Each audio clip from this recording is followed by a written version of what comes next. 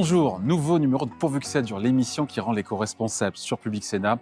Aujourd'hui, focus sur l'un des secteurs les plus polluants de notre économie, la mode, un secteur en pleine mutation qui tente de manière plus ou moins sincère de se verdir. Alors les nouveaux étiquetages prévus par la loi peuvent-ils rendre les marques plus vertueuses? Les consommateurs sont-ils prêts à jouer le jeu malgré un engouement toujours plus grand pour la fast fashion? Réponse avec la fondatrice du cabinet Utopie. Les marques sont-elles prêtes à entamer leur révolution verte? Reportage chez Okaidi qui multiplie ses efforts pour créer des vêtements plus durables. Et puis pour réduire l'impact carbone, pourquoi ne pas rapatrier l'activité ici en France? Selon Guillaume Gibaud, le patron de Slip français, qui sera notre invité, les planètes sont alignées pour relancer l'industrie textile tricolore. Mais d'abord, tout ce qu'il faut savoir sur l'empreinte carbone du secteur de la mode, c'est parti. La mode, une industrie polluante, c'est le 6e secteur le plus polluant au monde. Chaque année, plus de 100 milliards de vêtements sont vendus. C'est 60% de plus qu'il y a 15 ans. Et cette activité n'est pas neutre. 4 milliards de tonnes de CO2 sont générées par an. C'est plus que tous les vols internationaux et le trafic maritime réunis. La mode, c'est aussi un gigantesque gâchis d'eau. Oui, pour produire un jean, il faut 7500 litres d'eau. Pour un t-shirt, 2500 litres, soit la consommation d'un Français en eau potable pendant 17 jours. Résultat, le textile est le 3e plus gros consommateur d'eau après la culture du blé et du riz. À ça, il faut ajouter les produits chimiques. La mode est responsable de 20% de la pollution d'eau potable à cause des teintures et produits de finition. Et une fois portés, nos vêtements continuent de polluer? Oui, le polyester, la matière la plus utilisée, relâche à chaque lavage 240 000 tonnes de microplastiques qui finissent dans nos océans. L'équivalent de 24 milliards de bouteilles plastiques. Et en fin de vie, on en fait quoi de nos vêtements? On se lasse vite. 48 millions de tonnes sont jetées chaque année dans le monde. En France, nous jetons en moyenne 12 kilos de textile par habitant et par an. La mode est-elle prête à faire sa révolution verte? Réponse avec vous, Elisabeth Laville. Bonjour. Bonjour. Merci d'être la fondatrice du cabinet de conseil en développement durable Utopie. On vient de le voir juste avant, l'industrie textile est très très polluante. Et en même temps, beaucoup d'enseignes, de plus en plus d'enseignes disent aujourd'hui utiliser des matières moins polluantes, du coton durable, des matières recyclables ou recyclées. Est-ce qu'il faut les croire, ces marques? Alors il faut Ou croire, c'est de la com? il est un peu les 2. Il faut croire à minima l'intention. La chose à regarder, c'est en fait le pourcentage de matières dites durables parmi la totalité des matières achetées. Donc quand on parlera peut-être du Fashion Pact tout à l'heure, qui est un engagement collectif, l'engagement pris par les marques, c'est 25% de matières premières durables à 2025. Mais quand on regarde une marque très engagée comme Picture, qui fait des vêtements un peu pour les sports Ouais. outdoor, eux, ils sont à 100% des vêtements qui contiennent au moins 50% de matières durables. On a des entreprises comme Chloé qui s'engagent sur 90% de matières durables à horizon de mémoire 2025 ou 2030. Donc en fait, c'est le pourcentage. Première chose à regarder qui compte, évidemment. Il y a la question de la matière, mais aussi la conception. Oui. Les modes de fabrication sont très polluants, énergivores, émettent des gaz à effet de serre. Là encore, est-ce que les marques font des efforts? Un tiers des marques est proprement incapable de dire d'où viennent les vêtements. Donc, si vous voulez travailler sur la partie production, il faut connaître non seulement votre fournisseur direct, mais le fournisseur de votre fournisseur, etc., etc. Avoir beaucoup d'informations, et ces informations-là ne sont pas disponibles. Je parlais de Picture tout à l'heure, qui est une marque outdoor. Eux, ils ont travaillé sur l'impact. Ils ont identifié que la filature, c'était, je crois, plus de 10% de leur bilan carbone, donc de leur impact sur le climat. Donc, ils se sont dit, il faut qu'on aille travailler. On a un filateur de coton en Turquie.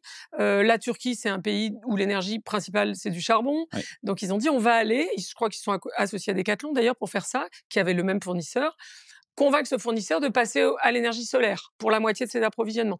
Ce niveau de finesse de travail, il commence tout juste dans l'industrie. Ouais, après, il y a la question en aval du recyclage. Oui. On est très en retard en France.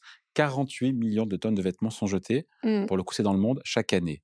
Si on recycle mieux, on règle une partie du problème ou pas? En fait, pas vraiment, on va Ah, peut-être en reparler, mais le vrai problème, de l'industrie, c'est ce qu'on appelle la fast fashion, c'est-à-dire les oui. volumes de production, le nombre de collections, l'avalanche de promotions en continu et cetera. Historiquement, il y avait 2 collections par an. Aujourd'hui, sur certaines marques, on est à plus de 50. Donc c'est ça le problème principal et donc dire: «On va résoudre ça avec le recyclage», il est nécessaire le recyclage, mais c'est une toute petite partie, je l'ai dit, hein, la fin de vie, c'est une toute petite partie de l'impact. Ce qu'il faut, c'est Hem produire moins, avoir moins de et stock. bah, et par ailleurs, on recycle 1 à peu près de ce qu'on met sur le marché chaque année et ce qu'on met sur le marché chaque année augmente de 4 à 5 par an. Donc c'est pas le recyclage qui va résoudre le Ah, problème de l'impact. Il faut le faire, mais avoir conscience que c'est une partie d'un tout et plutôt une petite partie d'un tout. c'est intéressant. Julia Faure, c'est la marque Loom, la patronne de la marque Absolument, Loom, qui est très engagée. Elle dit si on veut ouais. respecter les accords de Paris, là c'est clair, la production vestimentaire doit être divisée par 3 d'ici 2050. J'ai du mal à imaginer les marques se tirer une balle dans le pied en réduisant autant leur chiffre Mais en d'affaires, fait, ce leur qui fait volume. à nouveau, c'est le sujet de la croissance-décroissance, il faut être sélectif. C'est qu'est-ce qu'on veut voir croître et qu'est-ce qu'on veut faire décroître? Ce qu'on voudrait faire décroître, c'est un très grand volume de vêtements qui augmentent très vite, qui sont vendus à très bas prix, dans Ouais, des conditions d'ailleurs environnementales et sociales, ouais. parce qu'on n'a pas parlé du Douteuse, volet hein. social, douteuses. Et donc, c'est possible demain pour une entreprise, avec un chiffre d'affaires moindre, de gagner plus d'argent.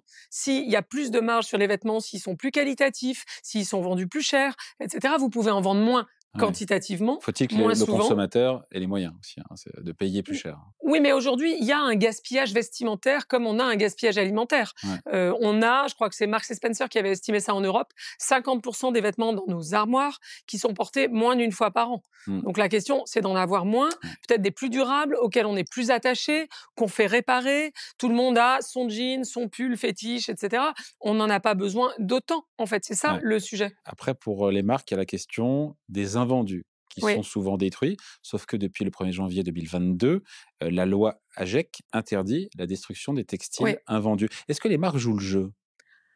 Enfin, jouent le jeu, est-ce qu'elles appliquent la loi, pardon de dire, Alors, elles jouent le jeu pour la plupart, évidemment, parce que de toute façon, elles n'ont pas le choix. Puis vous vous souvenez, il y avait eu le scandale de Burberry qui avait brûlé des invendus, et ouais, cetera. Donc, en termes de réputation, c'est pas terrible. Et pour cette raison-là, les marques ont quand même anticipé, d'ailleurs, la mise en application de la loi AGEC sur le volet que vous évoquez.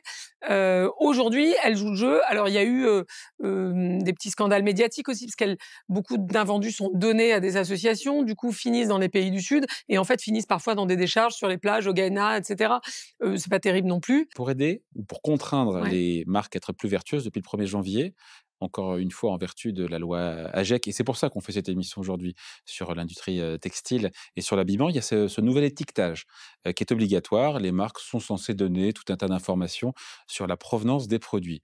Est-ce que c'est effectif déjà? Ou est-ce qu'on est au tout début, en même temps on laisse un peu le Alors, là, on temps, est vraiment quelques jours après oui. la Mais est-ce qu'en l'arrivée de la 2023, il y aura un avant et un après?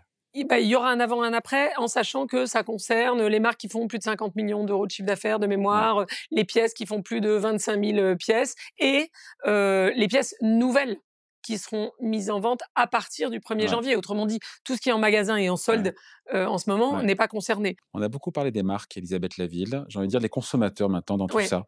Est-ce qu'il n'y a pas un comportement schizophrène, je ne sais pas s'il faut le dire comme ça, des consommateurs qui attendent des marques quand on les interroge, ils attendent des consommateurs que les marques soient engagées en faveur du climat, du développement durable et en même temps la fast fashion fait un carton.